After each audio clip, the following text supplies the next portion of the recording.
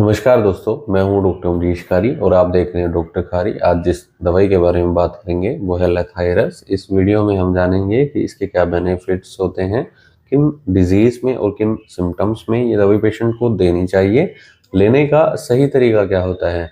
जानने के लिए वीडियो पूरा देखें। अगर आप हमारे चैनल पर नए हैं तो चैनल को सब्सक्राइब कर लें ताकि आने वाली हेल्थ रिलेटेड वीडियो से आप अपडेटेड रहें। इस दवा को नसों के और मांसपेशियों की बीमारी में खास तौर पर पेशेंट को दिया जाता है। ये पैर के लकवे के लिए पेशेंट को दी जाती है, जिसे पैराप्लेजिया कहा जाता है।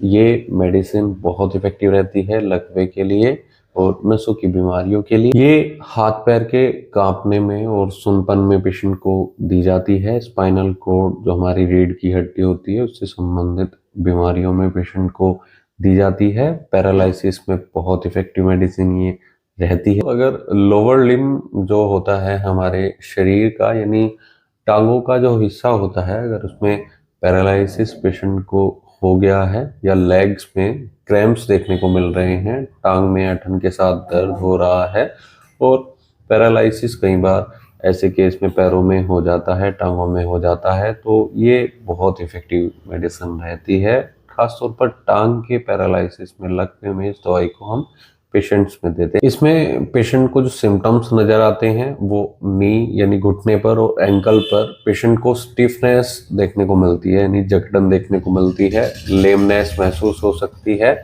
वीकनेस आती है, कमजोरी महसूस होती है, भारीपन देखने को मिल सकता है। ऐसे लक्षणों में अगर घुटनों में पेशेंट को ये शिकायतें आ रही हैं कि जकड़न भी देखने को मिल रही है, कमजोरी है, ऐंठन के साथ मांसपेशियों में पेशेंट को टांग में दर्द आ रहा है, और ये शुरुआती सिम्टम्स हो सकते हैं पैरालिसिस के।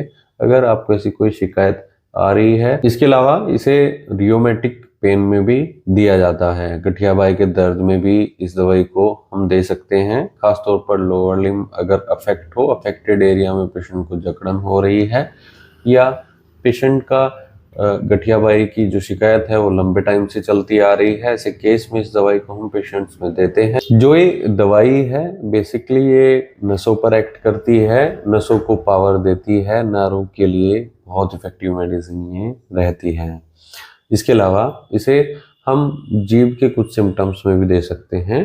जो पैरालिसिस का पेशेंट होता है, टंग पर भी उसका असर देखने को मिलता है, जिसमें पेशेंट को टिंगलिंग सेंसेशन देखने को मिल सकती है, नमनेस देखने को मिल सकती है, सुनपन पेशेंट को जीभ पर आ जाता है। मांसपेशियों में पेशेंट को हार्डनेस देखने को मिल सकती है और टांग में पेशेंट को ठंडापन, भारीपन देखने को मिलता है, वीकनेस बहुत ज़्यादा आती है।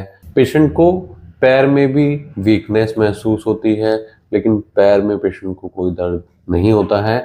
अगर दर्द के लक्षण आते हैं तो वो केवल एंकल में आते हैं या फिर नी यानी घुटनों पर पेशेंट को दर्द महसूस हो सकता है भारीपन के साथ।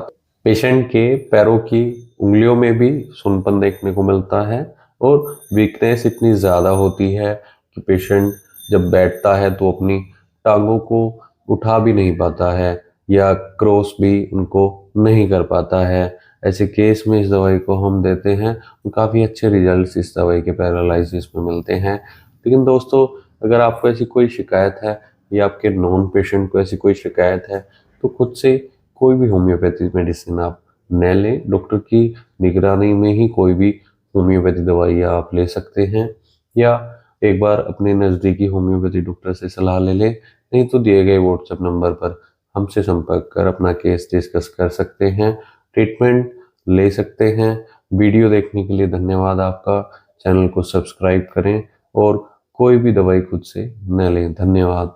ये 30 CH पोटेंसी में भी यूज़ की जाती है, 200 CH पोटेंसी में भी यूज़ की जाती है। केस टू केस वेरी करता है, पेशेंट टू पेशेंट वेरी करता है, किसको कितनी पोटेंसी दी जाएगी, कितनी डोज दी जाएंगी, या कौन सी होम्योपैथी मेडिसिन उनके लिए सूटेबल रहेगी। धन्यवाद।